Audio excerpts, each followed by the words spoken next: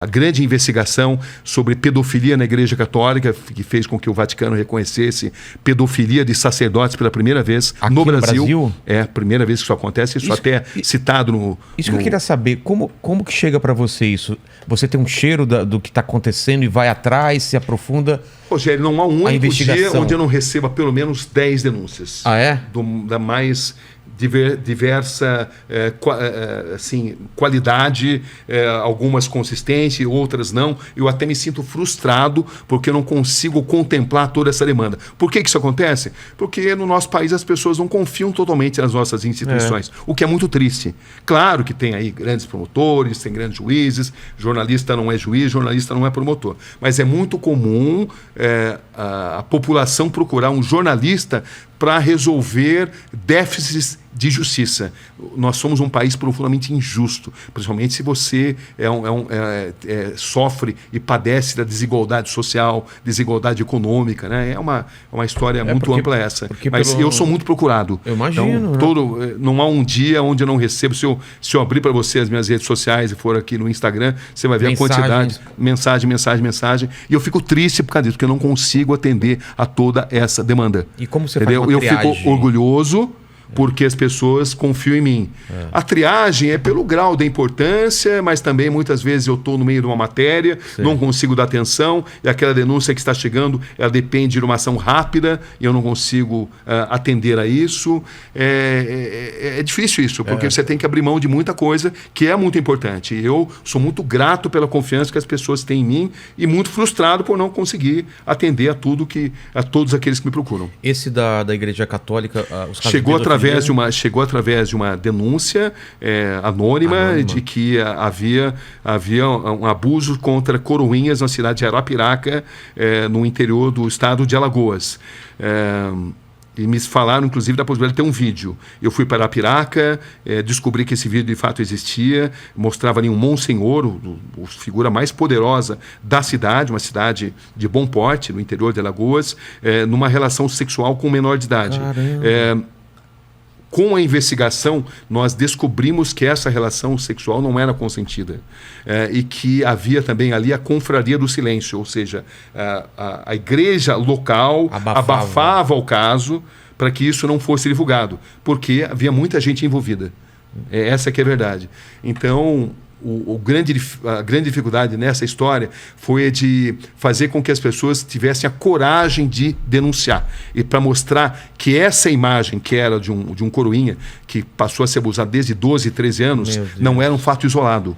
E que não se tratava de um ato sexual consentido. Entendi. Ato homossexual consentido, onde não caberia nenhum tipo de reportagem, porque a gente não faz reportagem sobre vida pessoal das pessoas. Entendi. Isso se tornou vida pessoal de indivíduos.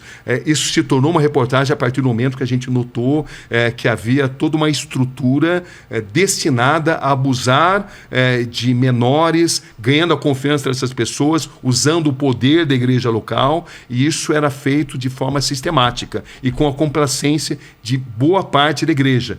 Claro que estamos falando de setores da igreja.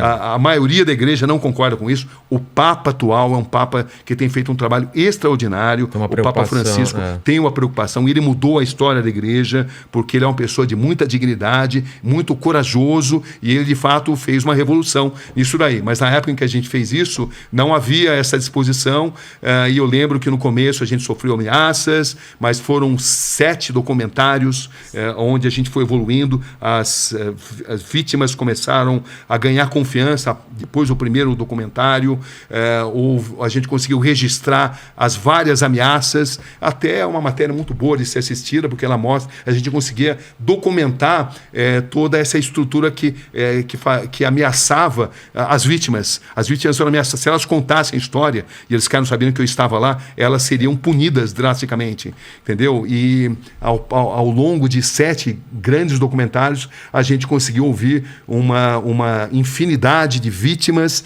e o resultado final foi que 3 monsenhores, historicamente, foram pela primeira vez condenados. É a primeira vez que isso acontecia, a primeira vez que o Vaticano... A primeira vez que o Vaticano, já teve outros casos de punição, mas foi a primeira vez que o Vaticano reconheceu casos de abusos de sacerdotes contra coroinhas no Brasil. Essa foi um divisor de águas. Um divisor de águas, essa história, um meia-culpa feito pelo próprio Vaticano. Foi muito significativo. Inclusive, como ele é um capítulo repleto de detalhes, é o mais longo, inclusive, desse livro. E quanto tempo você ficou Chama-se Atrás Atrás do altar. É. E para você, como que é quando você pega uma coisa tão escabrosa com isso que é pedofilia e como você tem o distanciamento, mas também você não pode ficar totalmente descolado da emoção, né? Como que funciona? Então, esse é o pulo do gato, né? Esse é o X da questão. Você não pode deixar com que a emoção te prejudique a sua capacidade de apuração, mas, por outro lado, a emoção ela traz também uma sintonia com aquilo que está sendo vivido. Então, você não pode jamais se tornar um ser humano frio, incapaz de perceber o sofrimento alheio. Você precisa perceber o sofrimento alheio, mas você não pode permitir que esse sofrimento alheio, isso equivale para as guerras, equivale quando tive que dar a notícia da morte do Ayrton Senna, você não pode permitir que a sua emoção pessoal prejudique a sua capacidade de apurar devidamente as notícias e de fazer o seu trabalho. Eu não concordo com repórteres. Eu não concordo, mas também não condeno, né? Repórteres que começam a chorar durante o exercício da sua função. Eu acho que você é pago e é treinado uma vida inteira, não para não se emocionar. A emoção é bem-vinda, mas para não perder o seu grau de precisão no relato dos acontecimentos. Você precisa relatar com isenção, com imparcialidade, e isso requer controle emocional. É fácil? Não, não é fácil. Eu condeno quem se emociona, quem começa a chorar no meio da matéria. Não condeno. Mas, particularmente, a vida inteira eu me preparei, me treinei para controlar as minhas emoções.